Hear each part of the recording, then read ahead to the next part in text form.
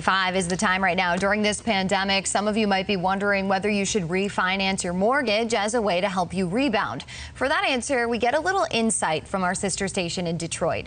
As Amira David reports, close to 19 million people could be saving money right now because of better interest rates.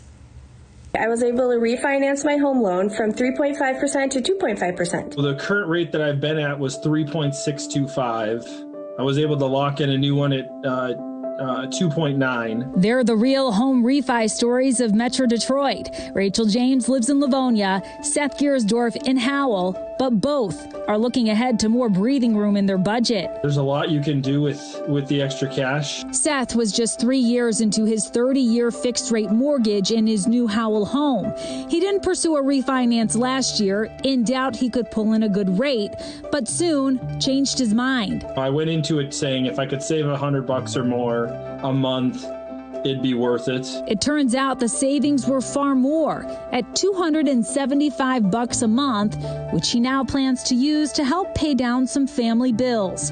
Believe it or not, mortgage interest rates are even lower now than they were during the initial refinance boom last year. It's generally 50 to 75 basis points lower. Now they are below 3%. The 30-year fixed rate is at 2.79% and the 15-year at just 2.19. But mortgage data firm Black Knight says a record 19.3 million homeowners who could save money by refinancing aren't doing it.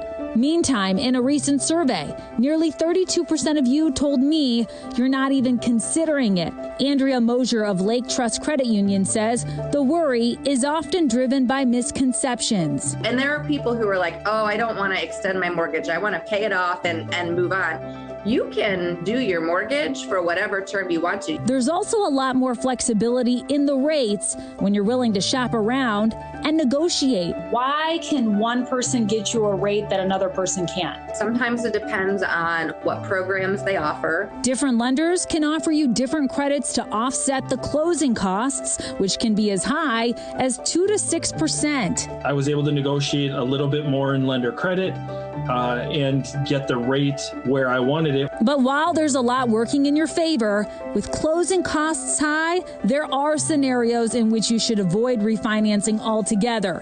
Here's the rebound rundown. Don't do it if, when factoring in those fees, it'll take too much time for you to hit the break-even point and start saving, or if you plan to move anytime soon. That was Amira.